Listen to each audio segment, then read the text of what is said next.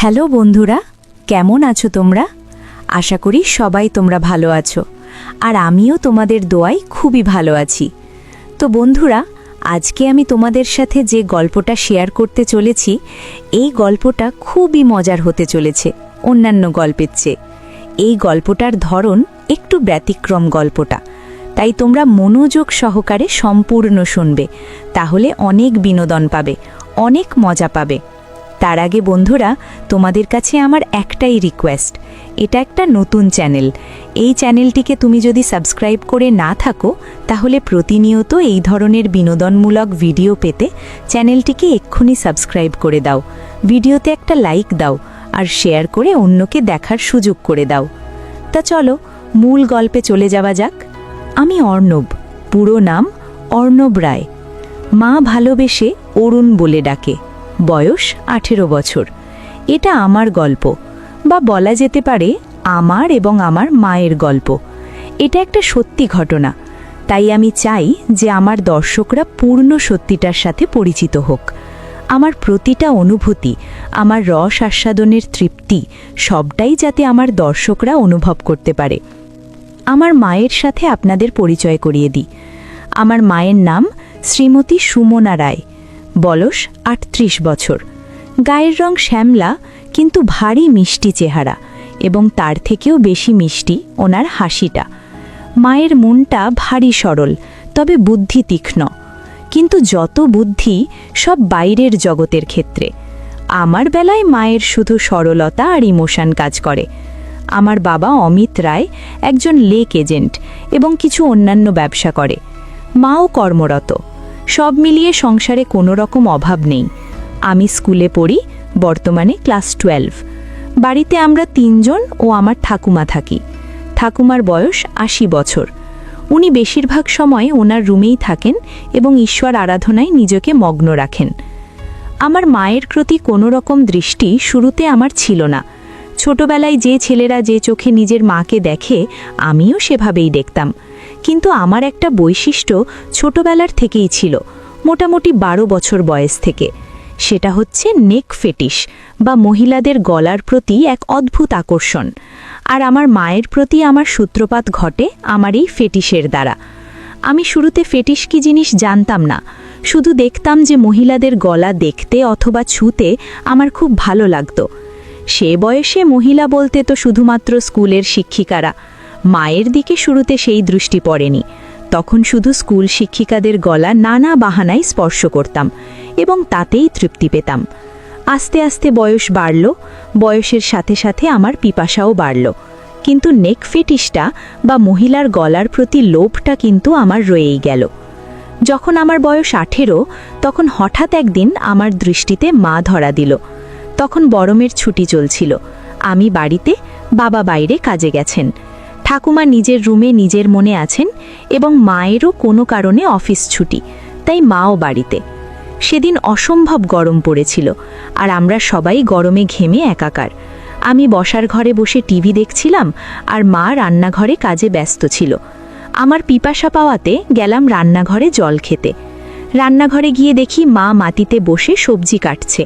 রান্নার লোক সেদিন আসেনি। রান্নাঘরে পাখা না থাকার জন্য মায়ের একেবারে নাজেহাল অবস্থা, পুরো শরীর ঘামে একেবারে ভিজে গেছে। তখনও আমার মনে মায়ের প্রতি কোনো পাপচিন্তা ছিল না। আমি নির্বিকার মনে জল খাবার জন্য মায়ের পেছনে রাখা তাক থেকে জলের বোতল নেবার জন্য মায়ের পাশ দিয়ে মায়ের পেছনে চলে গেলাম।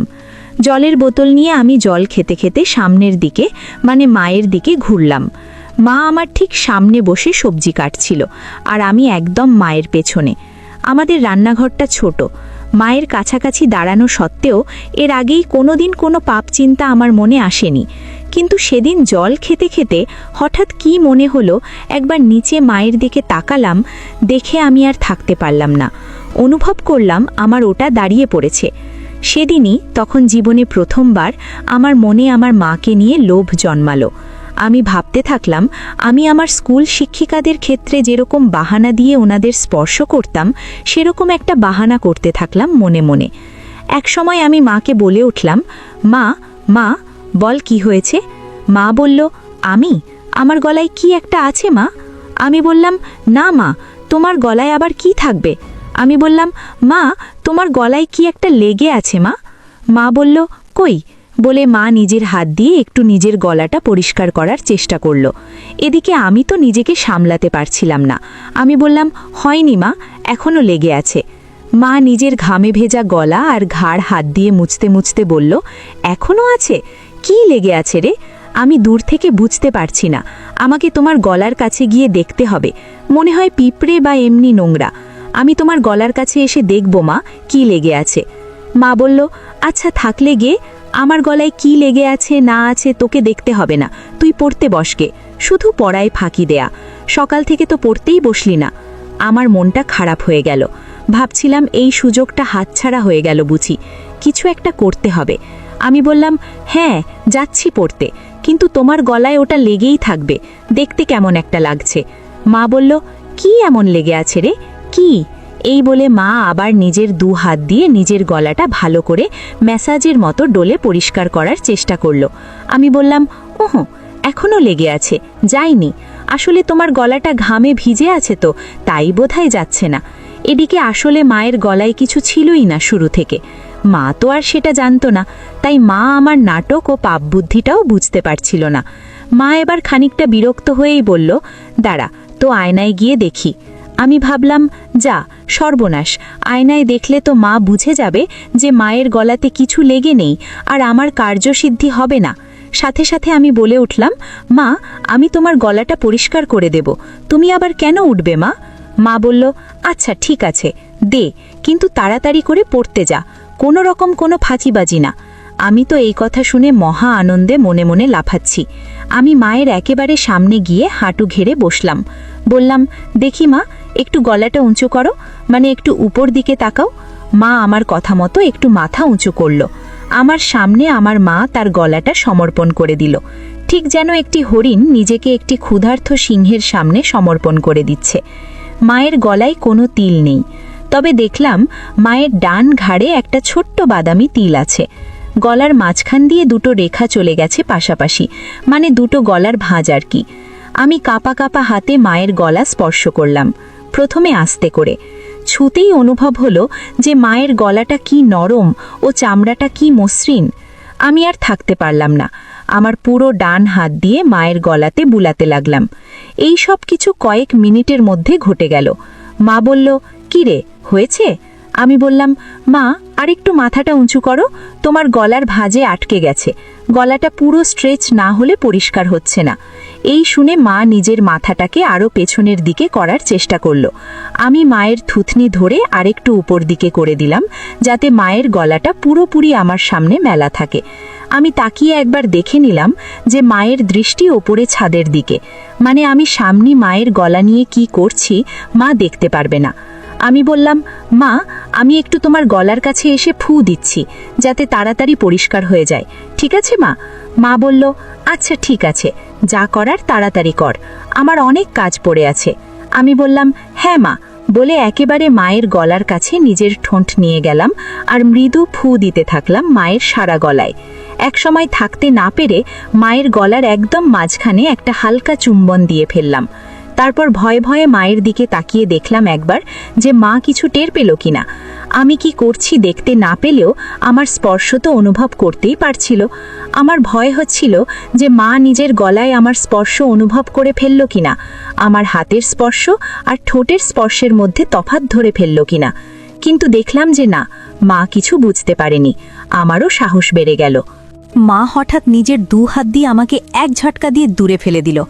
হঠাৎ ধাক্কা খেয়ে আমি পেছনে হেলে বসে পড়লাম ও নিজের সম্বিত ফেলে পেলাম। মায়ের দিকে পাকিয়ে দেখি মা গম্ভীর হয়ে নিজের আঁচল ঠিক করছে আর এক হাতে সবজি তুলছে। মা সঙ্গে সঙ্গে একটা হাত দিয়ে নিজের আঁচল নিয়ে নিজের গলাকে ভালো করে মুছে নিল। আমি খানিকটা ভয় পেয়ে বললাম, মা কি হলো? মা বলল, কি হবে আবার, তুই পড়তে যা। আমি বললাম, না মানে তোমার গলা পরিষ্কার করছিলাম, তুমি হয়তো ধাক্কা দিলে। মা বড় বড় চোখে আমার দিকে তাকিয়ে একটু গম্ভীর হয়ে বলল, তোর পড়ায় ফাঁকি দেওয়ার বাহানা কি আমি বুঝি না মনে করেছিস? সকাল থেকে এক লাইনও পারিসনি, যা পড়তে বস। আমি বললাম, আমি কিন্তু তোমার গলাতে তো এখনো একটু লেগে আছে মা। মা বলল, লেগে থাক আমার গলাতে, যা খুশি, তোকে আমার গলার দিকে খেয়াল রাখতে হবে না। আমি একটু পরে স্নান করতে যাব, তখন এমনিতেই পরিষ্কার হয়ে যাবে। আমি একটু মনে মনে ভয় পেলাম, তাহলে কি মা বুঝে গেল আমার মনের পাপ? এই ভাবতে ভাবতে আমি আস্তে আস্তে মুখ নিচু করে চলে যেতে লাগলাম। তখনই মা আমার পেছন থেকে মিষ্টি গলায় বলে উঠল, কষ্ট পাসনে বাবা, আমি তো তোর ভালো জন্যই বলি। আমি বুঝি তোর বয়সে পড়তে ইচ্ছে না হওয়াটাই স্বাভাবিক, মন শুধু ফাঁকি দিতে চায়। কিন্তু বাবা, পড়াশোনা না করলে তো ভবিষ্যৎ অন্ধকার। আমার আর বুঝতে বাকি রইল না যে আমার অতি সাধারণ মা আমার মনের ভেতর কি পাপ চলছে তা একটুকু বুঝতে পারেনি। আমি নিশ্চিন্ত হয়ে বললাম, মা সরি, তুমি চিন্তা করো না, আমি ভালো করে পড়াশোনা করব। আমার কথা শুনে মায়ের মুখে একটা মিষ্টি হাসি ফুটে উঠল, আর আমিও রান্নাঘর থেকে চলে গেলাম। অল্পটুকু স্বাদ পাওয়ার পর থেকে আমার মন পাপ চিন্তায় ভরে উঠল। যেই মহিলাকে আমি এতদিন শুধু মা হিসেবে পুজো করে এসেছি, সেই মহিলা, সেই নারী এখন আমার কাছে একটা তৃপ্তির দেহ মাত্র, যেটা দিয়ে আমার বাসনার পিপাসা তৃপ্ত মিটাতে পারব। আমার মন তৎপর হয়ে উঠল। মা শব্দটা আমার কাছে একটি দারুণ অনুভূতির শব্দ হয়ে উঠল। আমার হঠাৎ মায়ের বলা কথাটা মনে পড়ল, মা স্নান করতে যাবে। হঠাৎ দেখি মা জল ভরা বালতি নিয়ে আমার রুমে এসে হাজির। বুঝলাম তাজের লোক আসেনি, তাই মাকেই ঘর মুছতে হচ্ছে। মা বলল, এই যে, হয় ঘরের বাইরে যা, নয় খাটের উপর পা উঠিয়ে বস, ঘর মুছবো। আর খবরদার বলে দিচ্ছি, যতক্ষণ না ঘর শুকোচ্ছে মাটিতে পা ফেলবি না, ঠিক আছে? আমি সজোরে মাথা নাড়িয়ে আমার সম্মতি জানালাম এবং তাড়াতাড়ি খাটে উঠে ইঙ্গিত দিলাম যে আমি রুমেই থাকছি। মা নিজের শাড়ির আঁচল কোমরে গুজে হাঁটু গেড়ে বসে পড়ল এবং নিজের মতো ঘর মোছা শুরু করল। আমার খাটে সবসময় একটা পড়ার বই খোলাই থাকে, তখনও ছিল, আর ওটাই আমাকে তখন বাঁচালো, নয়তো আবার পড়াশোনায় ফাঁকি দেওয়ার জন্য মায়ের বকুনি খেতে হতো। আমি বইটা নিয়ে পড়ার ভান করতে লাগলাম। কয়েক সেকেন্ড পর একবার আর চোখে মায়ের দিকে তাকালাম। তাকিয়ে যা দেখলাম তাতে আমার চক্ষু ছানা বড়া হয়ে গেল। ঘরে পাখা চলা সত্ত্বেও মা তখনও ঘামছে, সারা শরীর ঘামে ভেজা। আমি লক্ষ্য করলাম ঘামের বিন্দুগুলো মায়ের কপাল থেকে আস্তে আস্তে নেমে যেতে থাকলো। একটু পরেই মায়ের ঘর মোছা হয়ে যাবে আর মা ছাদে যাবে কাপড় মেলতে। আজকে ছুটির দিন, তাই নিশ্চয়ই মা প্রচুর কাপড় ধুয়েছে এবং তাই বেশ সময় লাগবে কাপড় মেলতে। ঠাকুমাকে নিয়ে চিন্তা নেই, উনি শুধুমাত্র সন্ধেবেলায় একটু ঘর থেকে বেরোন। এই দুপুরের সময়টাই উনি নিজের ঘরেই থাকেন। আমি অপেক্ষা করতে থাকলাম কখন মা ছাদে যায়। একসময় মা হাত পারল, অরুণ, আমি ছাদে যাচ্ছি, ঘরের দিকে নজর রাখিস। ঠাকুমা কানে শোনে না, তাই ঘর ফাঁকা হলে কাউকে ঘরের খেয়াল রাখতে হয়। যাই হোক, আমি যেই সুযোগের অপেক্ষায় ছিলাম সেটা পেয়ে গেলাম। আমার পকেটে স্ক্রুড্রাইভার আর পকেট হাতুড়ি নিয়ে আমি চললাম মায়ের শয়নকক্ষের দিকে। মায়ের বাথরুমের দরজাটাকে দুপাশ থেকেই ভালো করে পর্যবেক্ষণ করলাম। প্রথমবারে কোনো ফুটো পেলাম না, মনটা একটু খারাপ হলো। এই ভারী কাঠের দরজায় তো আর এই হালকা হাতিয়ার দিয়ে এত কম সময়ে নতুন করে ফুটো করা যাবে না। কিন্তু আমি আবার বিশ্বাস নিয়ে খোঁজ শুরু করলাম। অবশেষে দেখলাম যে দরজার ভেতর দিক থেকে একটা ছিদ্র শুরু হয়েছে, কিন্তু সেটা এখনো এপার ওপার হয়নি। আমি সঙ্গে সঙ্গে আমার হাতুড়িয়ার দিয়ে ফুটোটাকে বড় এবং সম্পূর্ণ করতে লেগে গেলাম। সফল হওয়ার পর ফুটো দিয়ে দেখলাম যে পুরো বাথরুমের ভেতরটাই পরিষ্কার দেখা যাচ্ছে। আমি আনন্দে আত্মহারা হয়ে উঠলাম।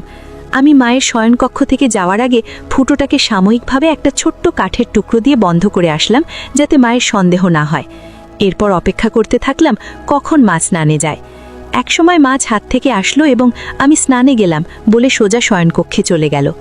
মা নিজের শয়নকক্ষের দরজা ভেতর থেকে বন্ধ করতে যাচ্ছিল, তখন আমি বিপদ দেখে বলে উঠলাম, মা, রুমের দরজা বন্ধ করো না, যদি আমার কিছু লাগে। মা বলল, আমাদের রুমে আবার তোর কি কাজ? আমি বললাম, না মানে দরকার তো পড়তেই পারে, তোমারও দরকার পড়তে পারে, হঠাৎ যদি কিছু লাগে, তোমার যেমন সাবান বা কিছু, কখন কি দরকার পড়ে কেউ বলতে পারে না। বাথরুমের দরজা তো আর খোলা রাখতে বলছি না, রুমের দরজাটাকে খোলা রাখতে বলছি। আমি খানিকটু ঠাট্টা করে বললাম, মাপ, হ্যাঁ ঠিক আছে, তোকে অত পাকা কথা করতে হবে না, খোলা রাখছি রুম, বাড়ির দিকে খেয়াল রাখিস, আমি গেলাম স্নানে। আমি বললাম, আচ্ছা মা। মা বাথরুমে ঢোকার 2 সেকেন্ডের মধ্যে আমি মায়ের রুমে ঢুকে একেবারে বাথরুমের দরজার সামনে চলে গেলাম। স্ক্রুড্রাইভার দিয়ে খুঁচিয়ে দরজার ফুটোটার থেকে কাঠের টুকরোটা বের করতে আমার বেশি সময় লাগলো না। আমার সামনে তখন আমার স্বহস্তে তৈরি করা দরজার বড় ফুটোটা খোলা। আমার মনে হচ্ছিল যেন স্বর্গের জানালা কেউ খুলে দিয়েছে আমার চোখের সামনে। নিজেকে সামলাতে না পেরে আমি আস্তে আস্তে নিজের চোখটা ফুটোর দিকে নিয়ে গেলাম। মনে নানান ভাবনা চলছে।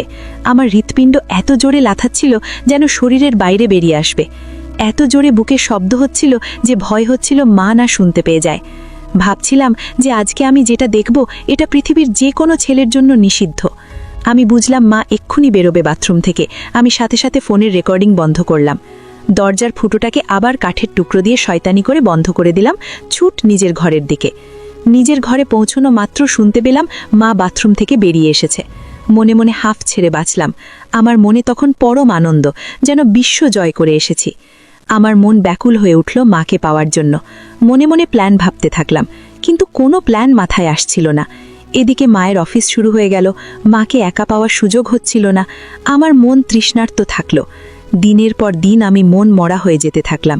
পড়ায় মন বসে না। টিউশন টিচারের কাছ থেকে আমার নামে নালিশও আসে মায়ের কাছে। মা আমাকে নিয়ে একদিন বাবার সাথে সন্ধেবেলায় বসে জিজ্ঞেস করে কি হয়েছে আমার, বোঝায় ভালো করে পড়তে। কিন্তু আমি কি আর আসল কারণটা বলতে পারি? তাই চুপ করে বাবা মায়ের কথা শুনি এবং হজম করি। এভাবে বেশ কিছুদিন কেটে যায়। আমার মানসিক ও শারীরিক পরিস্থিতির উন্নতি হয় না। মা বাবাও হাল ছেড়ে দেয়। বোধহয় ভেবেছিল যে স্কুল খুললে রুটিনে চলা শুরু হবে, তখন সব ঠিক হয়ে যাবে আমার। কিন্তু একমাত্র আমিই জানি আমার কিসে উন্নতি হবে। এভাবে প্রায় 1 বছর জুড়ে আমি আমার 18তম জন্মদিন পার করি। আমি আর নিজেকে শান্ত রাখতে পারতাম না। মাকে ধরার সময় নিয়ন্ত্রণ হারিয়ে মায়ের গলায় কামড়ে দিলাম। অমনি মা আমাকে ঠেলে সরিয়ে দিয়ে বলল, শোন রুদ্র, বেয়াদব কথাবার্তা। আজকাল একটু বেশিই যায় পড়ছিস, আমার এসব ভালো লাগে না। গরমের মধ্যে গা ঘেঁষাঘেঁষি, আগে তো এরকম করতিস না তুই। আমি বললাম, কি যে বলো মা। মা বলল, কেন? আমি তো তোমাকে আদর করে আগেও ধরতাম। মাসে যাই হোক, হেপতে ওই হিন্দি আর ইংরেজি সিরিয়াল সিনেমা দেখে তোর এসব ভীমরতি চেপেছে।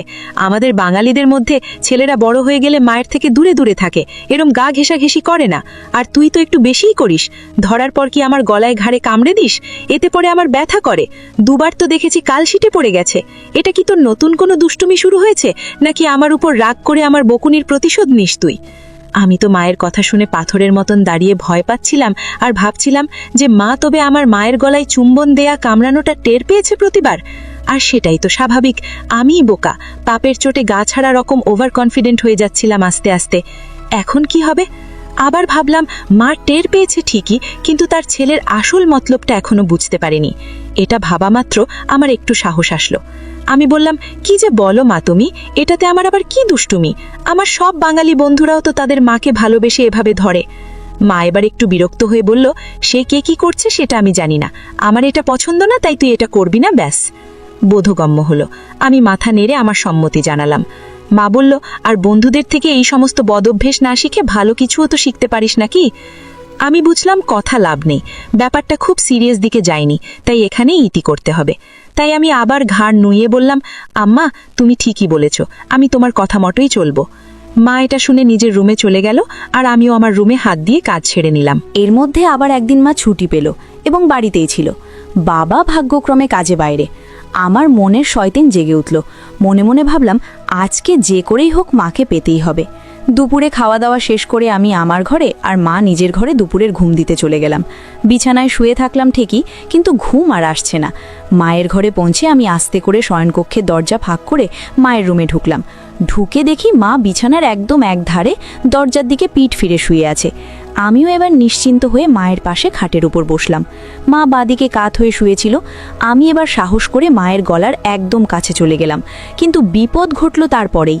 মায়ের ঘুম সাথে সাথে ভেঙে গেল, আর মা আমাকে ধাক্কা মেরে ফেলে বিছানায় উঠে বসলো।